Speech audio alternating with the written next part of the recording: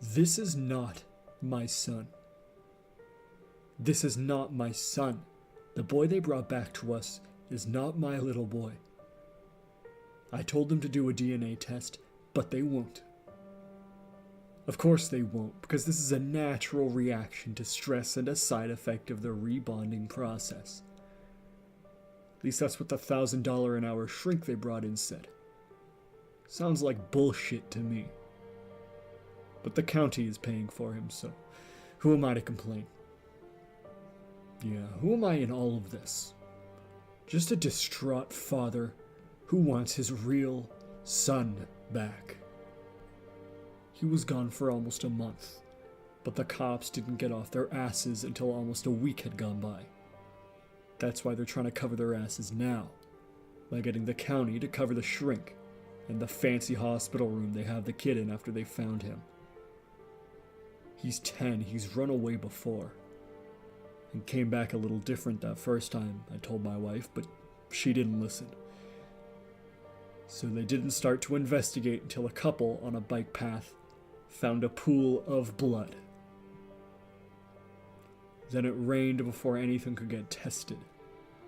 But by then, the candlelit vigils were holding hit more than just the local papers.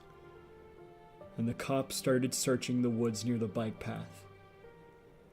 They finally found a kid after 3.5 weeks. He was dirty and disoriented and wandering towards the road.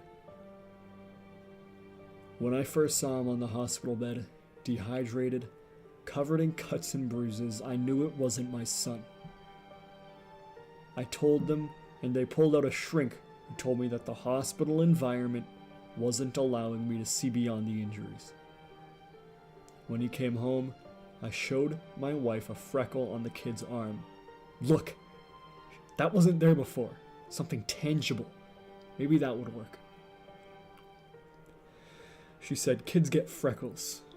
That's nothing to worry about. He's our son. But he's not. Yeah, okay. Maybe we weren't the best parents in the world. He's run away before. But for less than a day at most. He's rambunctious. Hates rules. He's like me. He likes his sister. From my first marriage, she was always outside, always ready for an adventure. This kid, the one they brought back, he's just in his room, my real son's room, just sitting there. Readjusting, they say. Doing nothing. My husband brought a TV in there and the kid just stares at it, doesn't even change the channel. It makes me sick. Seeing this kid there, knowing that he's not my son. Knowing my real child isn't home. Do a DNA test, I say. Keep looking for our son, I beg. My wife shakes her head. Let's not go through this again. When he ran away before, you talked like this. It's time to stop. But that time I wasn't sure. I just had my suspicions. This time I know.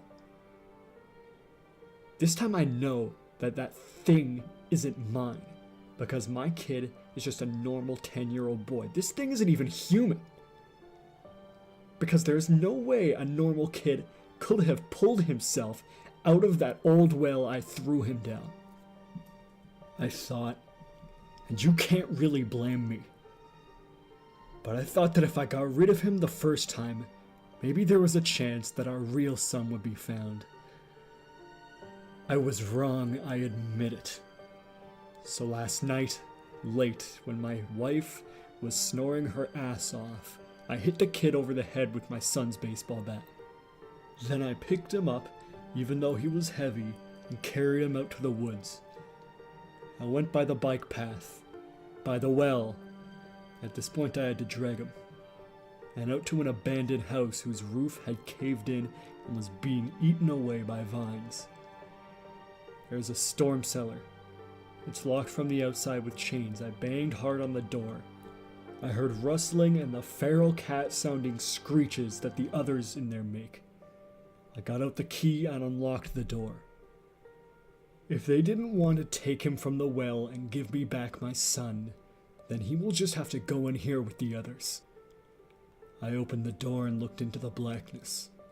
I heard sniffling sounds. Maybe one of them was crying. One of them called out as I pushed the kid inside. "Dad?" It said. It sounded like my daughter. It made me feel sick. Sick that it was still using her voice. I'll never get her back. I've made peace with that. But do they have to taunt me like this? I shoved the kid one more time and he fell to the floor of the cellar. I don't know for sure what they look like when they aren't busy looking like my kids, but I've seen them huddled there in the darkness and I've caught glimpses. It's not pretty. I shut the door and put the chains back and locked it up. I heard scratching on the door. It sounded like a cat clawing at furniture. I hope they rip each other apart.